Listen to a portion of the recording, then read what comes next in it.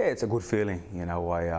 I reached that top of the mountain, to a point, because I know there's another mountain now to climb. But to tell everybody and to show the world, what I'm capable of and what I proved to the world, the fighter that I am, where many didn't believe I would, but myself, the most important person, believed it. So it's a good feeling, having all these belts around me. But like I said, we reached the top of the mountain, and all of a sudden, there's another mountain. I didn't see that one, and I'm going to climb that one as well. Georgie, I say this to you respectfully, but before you went over to fight Teofimo Lopez, unless you're a hardcore boxing fan, there weren't a lot of people that knew the name George Kambosos.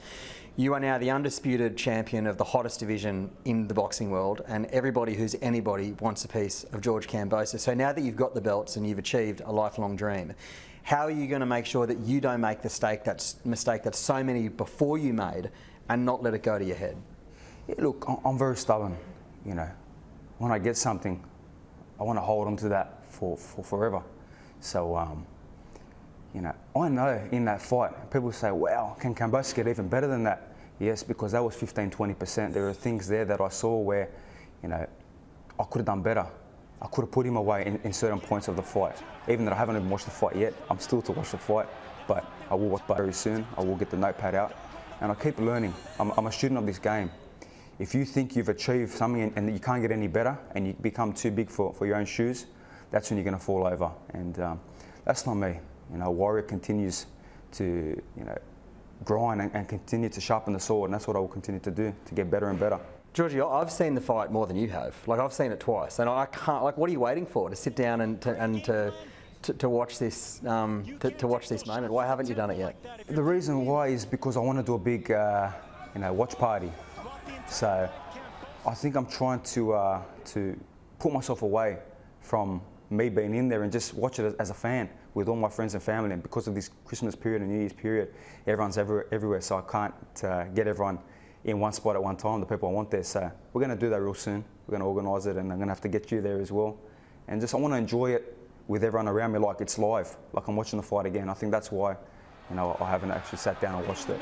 I have seen the highlights, I've seen bits and pieces, but to sit there from start to finish, not yet. But I think when I'm at that watch party, I still have my notebook out and still saying, okay, I should have done that, I should have done this, that could have been done better. That's the kind of person I am, that's the kind of fighter I am.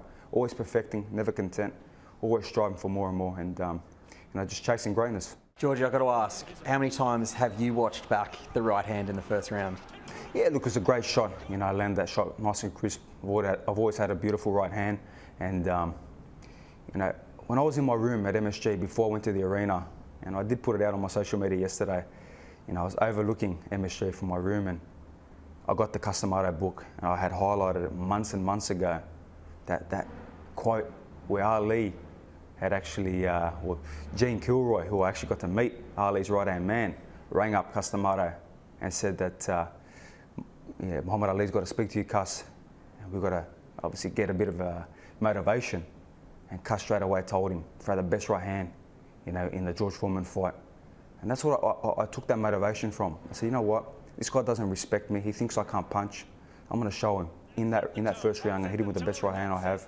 And the way I saw the shot, the opening, I took my double step back. I saw that lazy jab, come towards me, and I stepped to the side and shot that beautiful right hand like a lightning strike. And I knew as soon as I saw his eyes that the fight had changed, and I knew the fight was mine at that point.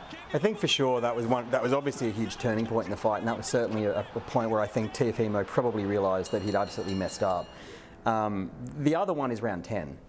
You can't be a great champion without being taken into deep waters. And what was that moment like for you to come so close? I mean, he'd won almost every round, and all of a sudden in round 10, this guy lands the shot, he's coming down on you, and he managed to find a way through that. That, to me, is the championship quality that a lot of fighters just don't have that. They get hit and that's it.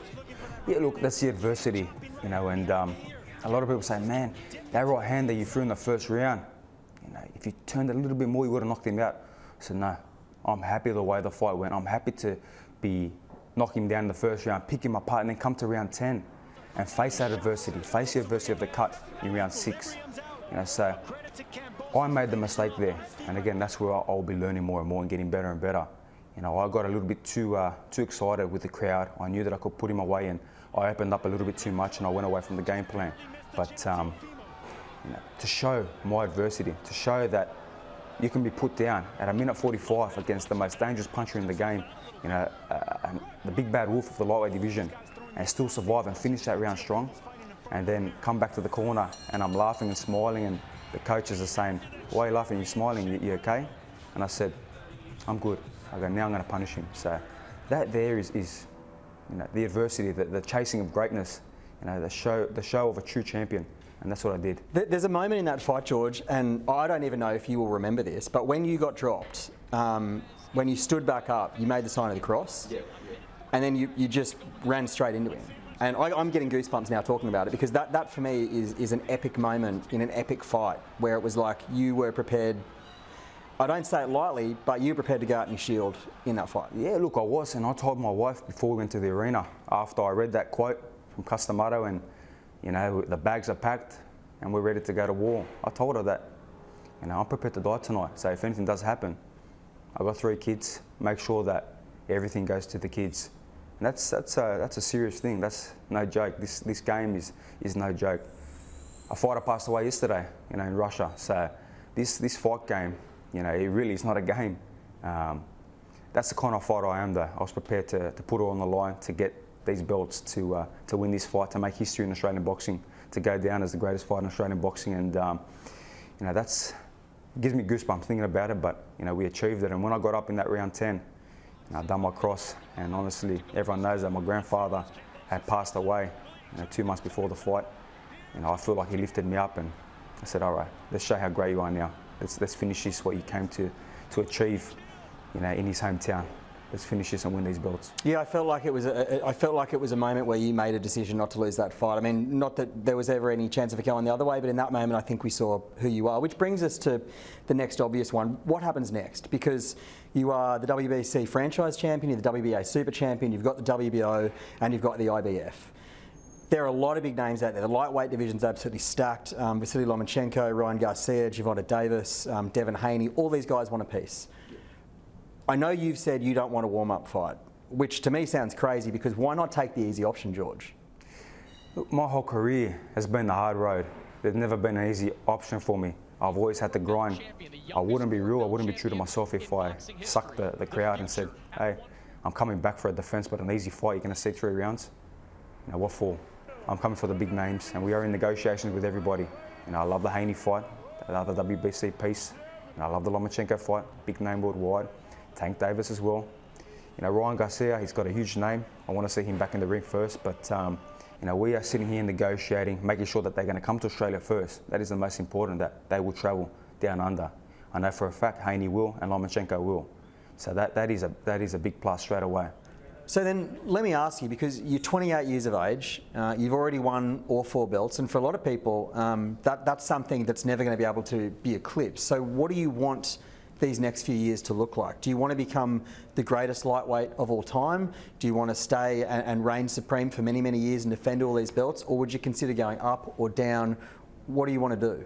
Yeah, look, Roberto Duran, one of my favourite fighters, I was very fortunate to FaceTime with him through Mauricio Suleiman, WBC president, that organised this. So, look, no matter what I do, he will be the greatest lightweight, and that's a respect I show to a champion of his calibre.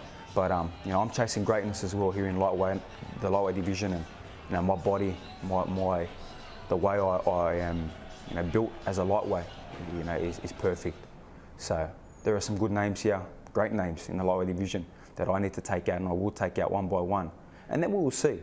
Maybe in 2-3 years' time, we'll see what's interests me. But I will look to take another belt somewhere else as well eventually. But for now, I've got business here at lightweight. So Georgie, when do we next see you back in? Because obviously with COVID, you only managed to fight twice in the last couple of years.